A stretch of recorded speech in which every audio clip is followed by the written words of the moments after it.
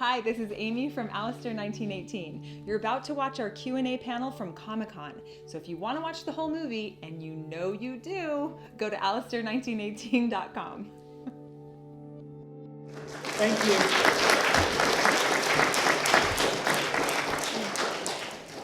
This is going to be the quickest Q&A panel in Comic-Con history, as we have a hard out time of here at 5:55, and I think that's about 8 minutes from now. Didn't get a chance to introduce her before, but Amy Motta is with us now. Thanks for being here, Amy. And she flew in from Boston this morning. Just for a few hours ago. Yeah. Into LAX. Yeah. So, floor's open to you. Any questions? Any thoughts? Concerns? So, I mean, yes. How did you come up with, my assumption is in loving memory of, those great dudes up there. Yes. So my assumption is that you got the idea based off of your personal history from your grandfather, great-grandfather? Yes, so my dad sent me a photo of my grandfather, and he actually discovered some of those those grainy photos. And it's the 100-year anniversary of World War I. I wanted to do something to commemorate my family and their involvement in the war. And I just started to think, what would they think of my life 100 years in the future, living in LA and all of the technology and all the advances? Would they actually even think that we were that advanced? Would they, and when you look back at the World War I, you see these grainy images of these brave men running over the trenches into their doom. And I wanted to find a way of bridging that gap between the present day and the black and white, and bring some color and bring those men into focus in the present day. And to follow up on that, and yet at the same time, your character, he didn't look at everything and go, oh my God, I've never seen this is a miracle. You kind of played that down quite a bit. What was, on the one hand, you wanted to show that miraculous point of view, on the other hand, you played it down. What was the thinking? Yeah, we talked about that quite a bit. To what extent should Alistair sort of geek out over, iPhones and stuff like that? And I think the film is so grounded that we didn't want to make too much of him having like a sort of ooh, ah thing, because he's very serious and his stakes are so high. He has a one-track mind, how to get back. So, I mean, we did talk about that, but I think that we did it with like a really light touch, with him just sort of being a little bit tentative with the computers and stuff, and then he's got that one little exchange with Brandon where he essentially says, we have radios, so what's the big whoop?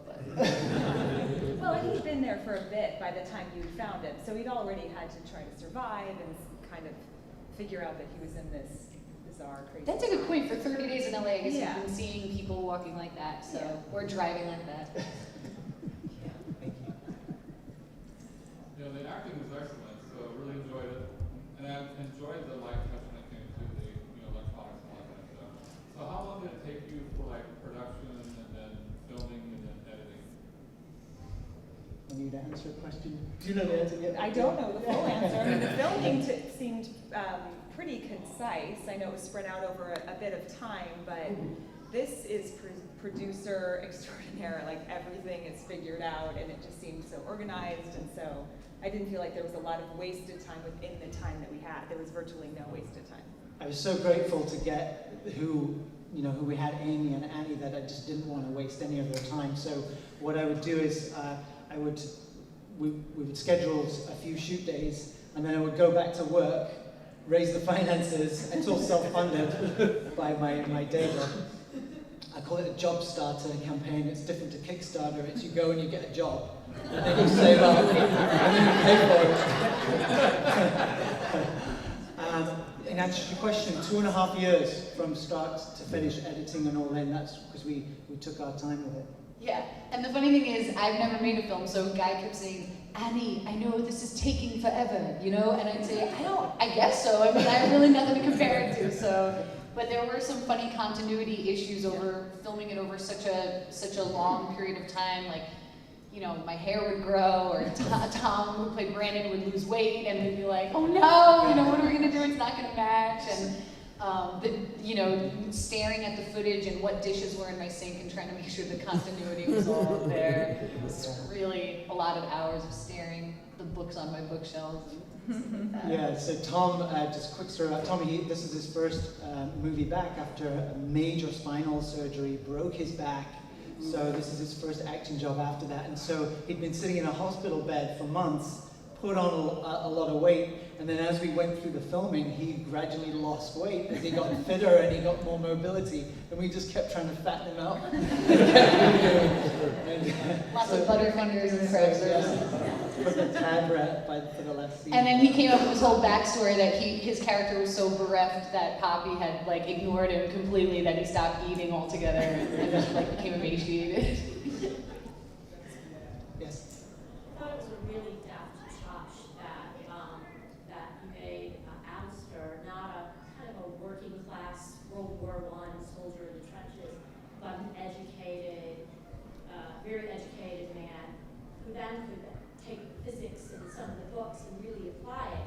And I thought that was a really subtle way of being able to do that, because if he was kind of the iconic vision of the guy in the trenches, it would not have been necessarily very believable, but making him educated, I just thought that was a really cool subtle touch. Thank you so much. Thank you. And it's interesting in looking at the history of World War I that, you know, when Alistair joined the war in 1916, the character, there were not as many young people around anymore. So the draft kept getting older and older and older into the 30s. So all of these, you know, accountants and librarians, they were getting drafted at that point in the war. So. Yeah, and it was a clever idea that worked on a few levels. I mean, it enables him to get a job that is easy to sort of script. You know, he becomes a blogger, basically, which is it's both funny, but it's also, I mean, he doesn't, well, I guess he's working at the dishwashing place, too. He gets 2 jobs. But yeah, and then also I think that's one thing that Poppy really responds to in him. He seems educated. He seems, you know, she can't quite put her finger on who is this guy. She doesn't believe he's who he says he is, but he's something. He's educated, he's got a family somewhere. So, you might have gone over this in the beginning of this part of it, but what's your goal for the film? You want to submit for Film Fest, or you already have a plan in mind? Is this the first time showing it, or? This is the world premiere.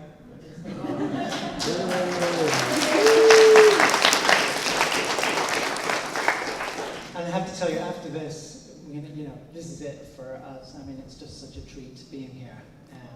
And the film is actually being released tonight on Vimeo, and so when you go to Alistair1918.com, you can rent it, and so you can tell your friends, perhaps, if you enjoyed it, let them know, please. But yeah, that's the goal, just get it out.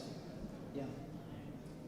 We might have a couple of screenings in New York. I'm from New York, and just sort of friends and family screenings, and there's a few people in LA who want to have screenings around town. All of our friends are like, where can we see it? So, you know, Comic-Con and then everywhere else. People's living rooms, I guess. Yes, sir.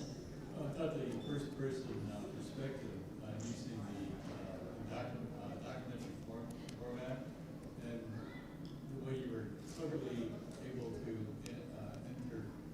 interlink the camera shots to make continuity, that was really good. That was well done. Thank you, thank you. Thank you very much. That's a lot of our editor, and I would really fall in love with those beautiful shots on the 7D, and then be like, can we use that one? You know, but we wanted to mix it, and the idea of the multiple cameras was Guy's idea. All told, I think we used 8. I think that between the iPad, the GoPro, all the various cameras, the laptops. Yeah, 8 different types of cameras. And it was kind of taking a leap.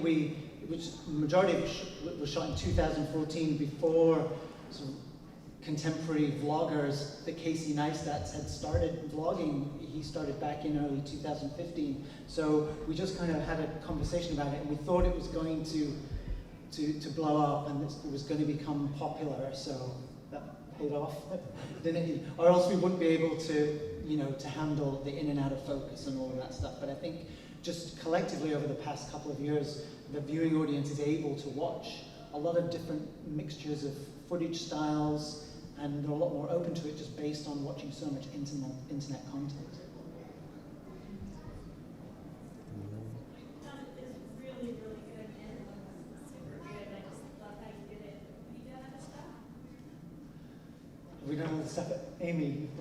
Well, I've done some television, some other independent film. Yeah, just, keep on keeping on. So, Amy, so you've done Grey's Anatomy. I have. Yeah. Mad Men. Yes. You've been in. And I just did a pilot where I make out with a 21-year-old. That was no big deal. Do you have a French accent in that one? No, I don't. I started acting, came to LA as a musician and then transferred to acting when I no longer wanted to lug my amplifier around. That was about 10 years ago, and I immediately I studied at Howard Fine Acting Studio.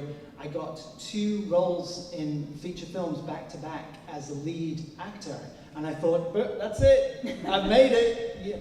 And then 6 months later, I was sweeping up cigarette butts on the floor of a bar, and I thought, this is the business. This is going to be my life, and I love to make things. I love to create things and bring people together. So I decided then to stop auditioning, to start this learning how to make films. I've made a lot of short films, done a lot of film festivals. This is my first feature film, but it's sort of been a 10-year process of just figuring out how to do this, and also convince other talented people to come along and do it with me.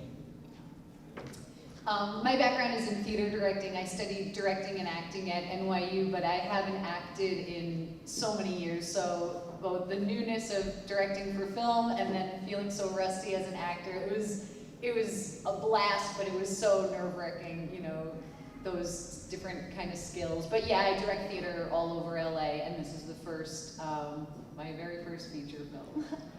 Nice to do that. So we just got the stop sign here. Wanted to thank our AV techs in the back for running the show. Thank you so much for doing that and for all your work throughout the film today. Thank you so much for sharing this afternoon with us. This is the biggest afternoon of my life. I'm so grateful. You got a lot going on here and we really appreciate it. So thank you. Thank you very much, everybody.